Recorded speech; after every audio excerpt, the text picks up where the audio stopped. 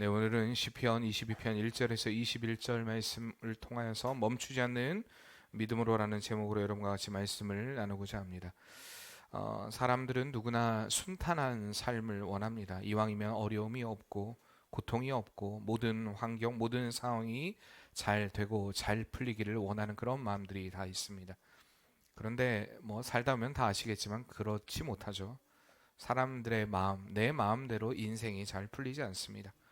근데 그럴 때 보통 대부분의 사람들이 실망하고 좌절하고 낙담하고 낙심하기도 하고 또 극단적인 선택을 하기도 합니다. 오늘 본문의 그 시편 기자인 다윗 역시도요. 이러한 어려움의 순간을 그의 인생에서 만나게 됩니다. 다윗의 인생 우리가 너무나 잘 알고 많이 설교를 들었던 인물이기도 하고요. 이스라엘의 역사 중에 가장 위대한 왕이라는 영예를 얻은 삶이었지만 그의 삶은 결코 순탄한 삶은 아니었음을 우리가 분명히 성경을 통해 보게 됩니다. 자신을 죽이려고 했던 이 사울을 피해서요. 미친 사람처럼 행동도 해야 됐고요. 또한 사랑하는 아들에게 배신을 당해 도망쳐야 할 때도 있었고요. 왕이 되기 전에도 왕이 되고 나서도 늘 그의 생명이 또한 주변과 또한 여러 상황으로 인하여서 또한 배신으로 인하여서 위협을 당하고 어려움을 당했던 것이 바로 다윗의 인생이었습니다. 그래서 때로는 자신에게 왜 이런 어려움이 있는지, 왜 이런 고통이 고난이 자신에게 찾아왔는지, 왜 이런 일들이 계속해서 자신에게 있는지 도저히 이해할 수 없는 상황 가운데 탄식으로 하나님 앞에 호소하기도 하는 것들을 보게 됩니다. 오늘 말씀 역시도 그런 것입니다. 그러나 다윗이 믿음의 사람, 위대한 믿음의 사람이라 칭함을 받을 수 있었던 것은 그가 이런 원망과 탄식의 자리에 머물러 있지만은 않았기 때문입니다. 그는 언제나 쓰러지고 넘어진 자리에서 다시 일어나 또한 일으켜 세우실 하나님을 믿고 의지하고 그 하나님께 구함으로 다시금 믿음의 길로 걸어갔던 것입니다. 그래서 다윗의 고백이 가장 아름다운 찬양의 고백이 된 것입니다. 오늘 본문의 시편 22편 말씀은요. 이 다윗의 고백임과 동시에 더 나아가 메시아의 사역을 예언하는 예고의 말씀이기도 합니다. 그분이 당하실 고난과 또한 승리의 말씀을 기록한 그런 시 가운데 하나라는 것입니다. 시편의 시 가운데 7편이 이 메시아에 관해서 기록을 하고 있는데 메시아의 순환과 영광을 예언하는 7편의 시편이 있는데 그 중에서도 이 22편이요. 예수님의 그 십자가상에서의 처절한 순환과 또한 부활의 승리를 가장 구체적이고 가장 생생하게 그렇게 노래하는 시라고 평가를 받고 있습니다. 그래서 오늘 본문을 통해 우리는 이 다윗의 고백과 동시에 더 나아가 우리를 위해 고난을 당하셨지만 결국 승리하신 예수 그리스도를 바라보는 그런 은혜의 시간이 되어야 할 줄 믿습니다. 또 이 시편의 고백을 통하여서요. 우리의 삶과 상황 가운데 찾아오는 어려움과 환난 그리고 두려움을 어떻게 극복해야 하고 하나님의 뜻을 구하고 우리가 찾아야 하는가를 분명히 깨닫고 고백할 수 있는 그런 은혜의 시간이 되길 바랍니다. 먼저 우리 따라해 봅시다. 승리의 비결은 하나님을 의지하는 것입니다. 다시 한번요. 승리의 비결은 하나님을 의지하는 것입니다. 우리에게 확실한 믿음 이것이 있어야 되는데 승리의 비결은 하나님을 의지하는 것. 이것이 바로 오늘 말씀의 핵심입니다. 승리의 비결은 하나님을 의지하는 것입니다.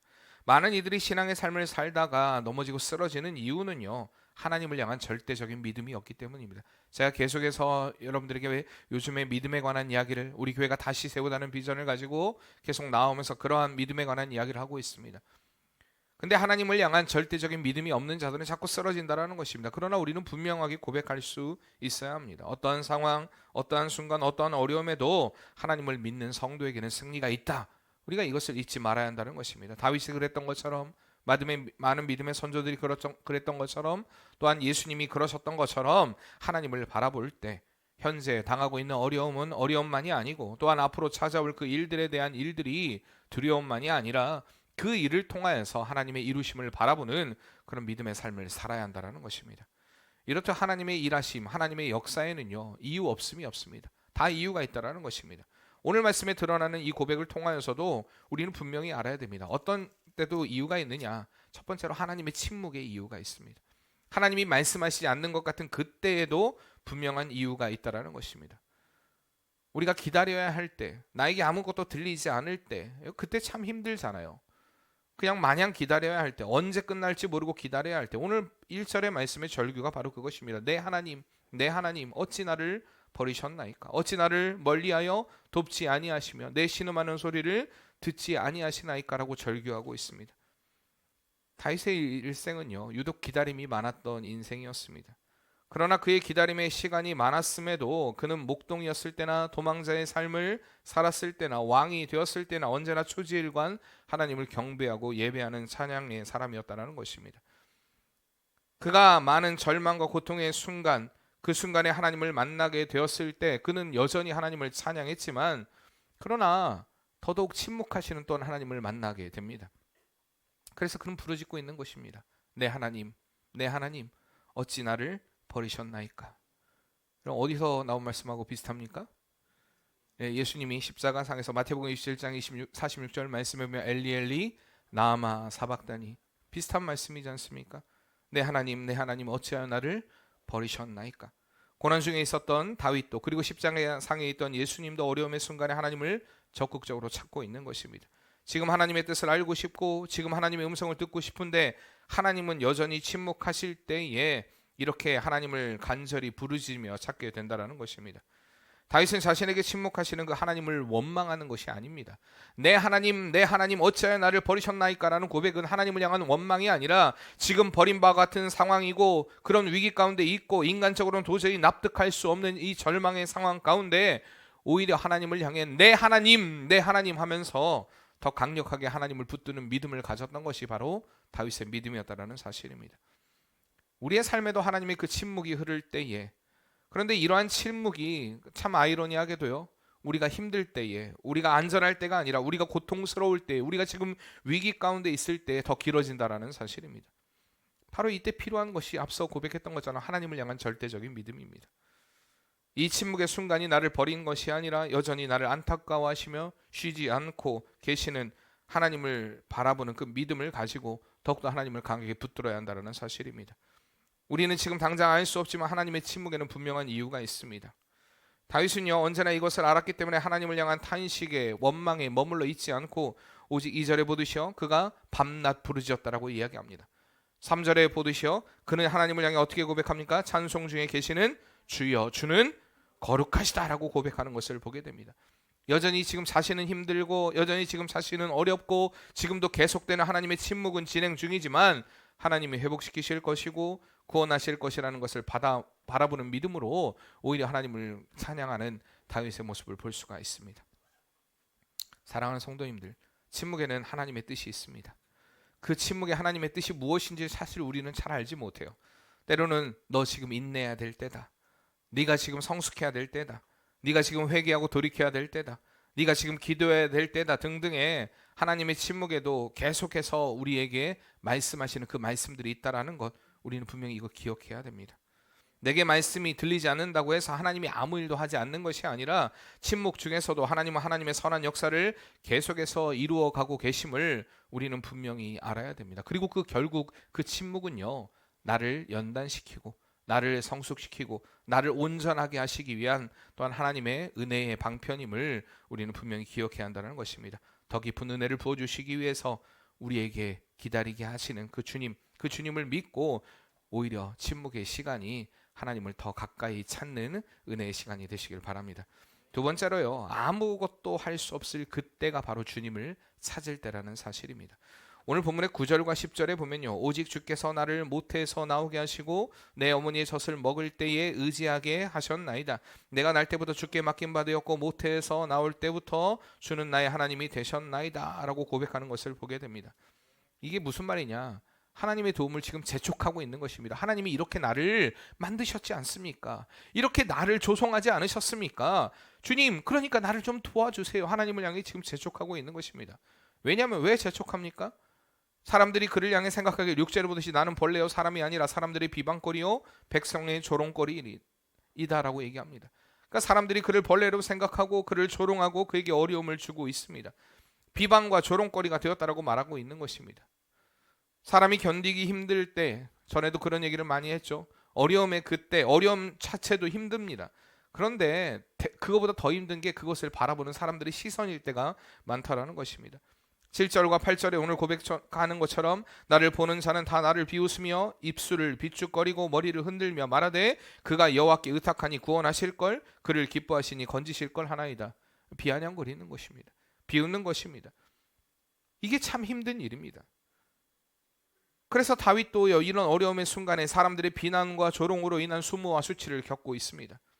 예수님도 역시요, 군인들에게 수모와 수치와 또한 모욕을 당했으며 심지어는 같이 십자가에 못 박힌 강도들까지도 예수님을 모독하는 것을 보게 됩니다. 지들도 죄를 지어서 십자가를 짓고 있으면서도 그들은 예수님을 향해 모독하고 있습니다. 우리의 삶 역시 이런 모욕과 수치의 순간이 찾아올 때가 있다는 것입니다. 분명 하나님을 잘 믿어왔고 잘 믿어보려고 하고 믿음으로 살려고 하는데 더 큰 어려움이 찾아오고 사람들이 나를 향해 비난하고 손가락질할 때 도저히 일어설 힘과 능력이 얻지 못해 우리가 자포자기하고 아무것도 할 수 없음을 고백하는 그 순간이 찾아올 수도 있다는 것입니다. 그러나 오늘 말씀을 통해 하나님은 분명히 말씀하십니다. 이렇게 아무것도 할 수 없는 그때가 바로 하나님을 찾아야 될 때라고 말씀하고 있는 줄 믿습니다. 사랑하는 성도님들, 스스로 아무것도 할 수 없으며 모든 사람과 상황이 나에게서 등을 돌린 것 같은 그때가 바로 하나님을 찾아야 될 줄 믿으시길 바랍니다. 무슨 일을 만나든지 먼저 하나님을 찾고 그분께 우리의 삶의 무게와 문제를 맡기고 중심으로 하나님께 아뢰일 때에 우리를 이끄시는 하나님의 기적을 체험하게 됩니다. 한 치 앞도 알 수 없는 우리의 인생이지만 하나님은 우리의 전 일생을 한눈에 보시고 계시는 분이심을 여러분 믿고 맡기는 성도의 삶이 되시길 바랍니다. 어린아이가요, 자신의 힘으로 능력으로 불가능하다고 느껴질 때에 부모에게 자신을 의탁하는 것처럼 여러분들의 상황들을 정직하게 하나님께 아뢰고 맡김으로 인하여서 하나님의 일하심을 맛보는 삶이 되어야 할 줄 믿습니다. 이렇게 하나님을 신뢰하고 믿는 사람들은요, 세 번째로 언제나 주님과 함께 고난에 동참해야 합니다. 다윗은 자신에게 미친 이 절망적인 상황에서도요, 끝까지 하나님을 향한 신뢰를 보이고 있습니다. 14절과 15절 같이 한번 읽어보겠습니다. 오늘 14절과 15절입니다. 같이 읽겠습니다. 나는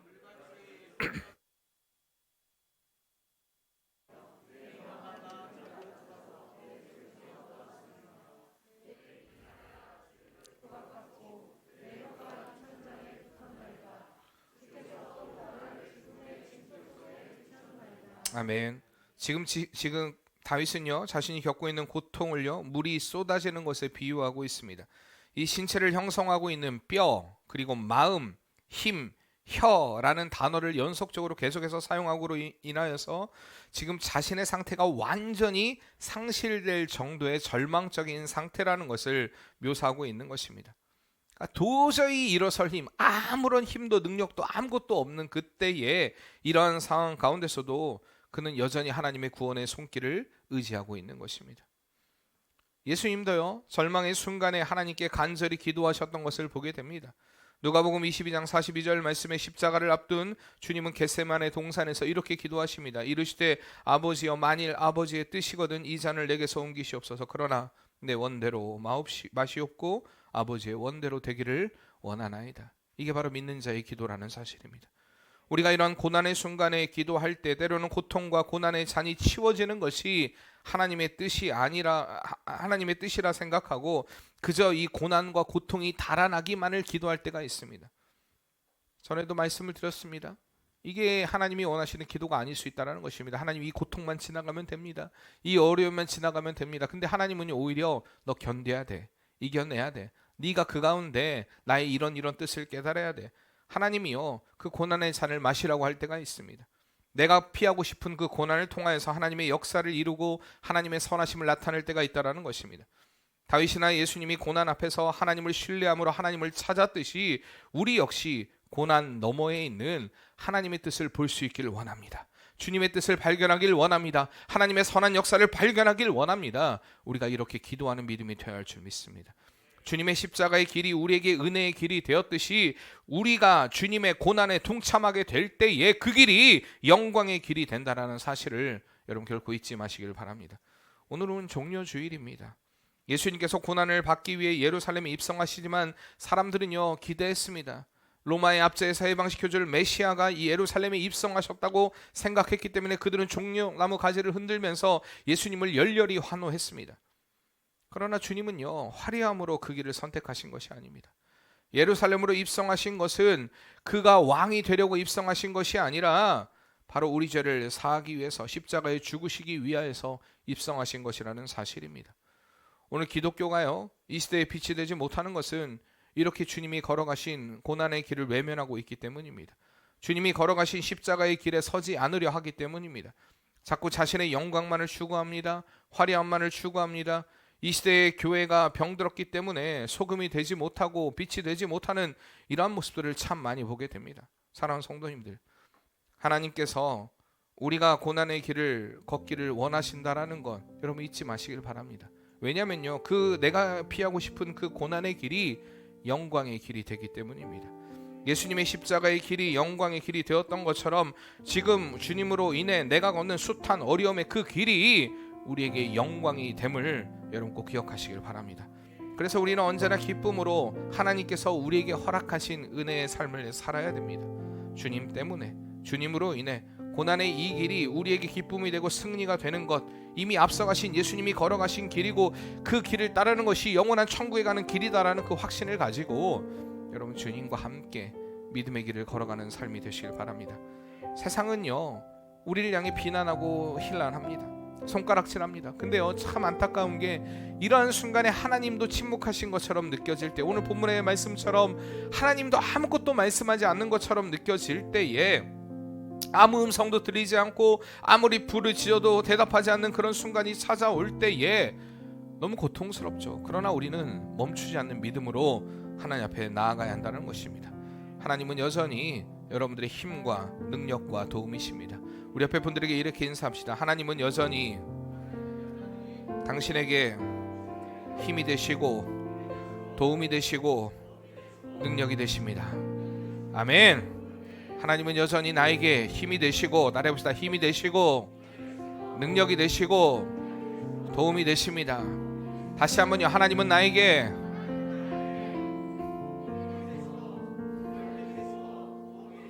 여러분 결코 잊지 마시기 바랍니다. 하나님은 나에게 힘이 되고 능력이 되고 도움이 되십니다. 하나님을 의지하는 그 믿음의 삶은요, 실패하지 않습니다.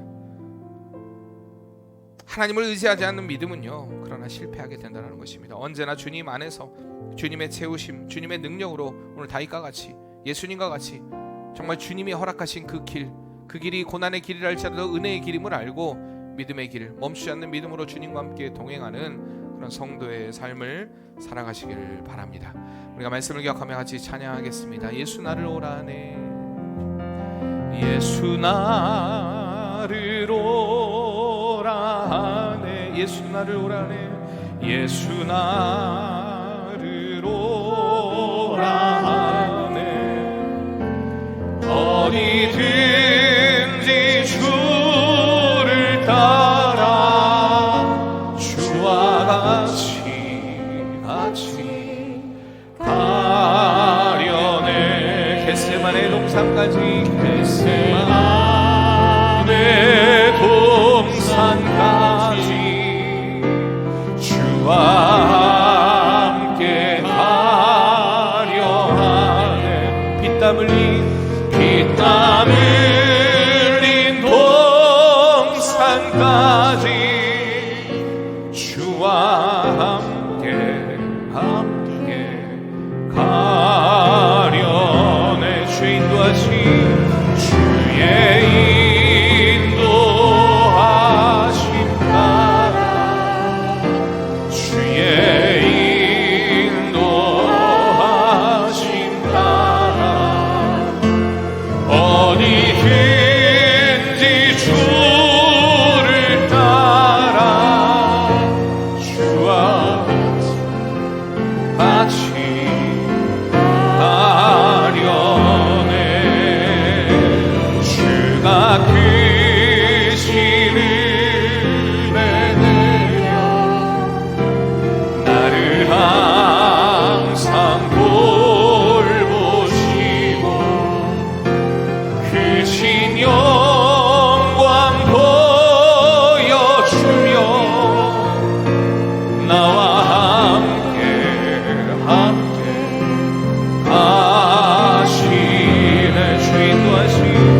주의 인도하심 따라 주의 인도하심 따라 어디든지 주를 따라 주와 같이 하려네. 주의 인도하심 따라 주의 인도하심 따라 어디든지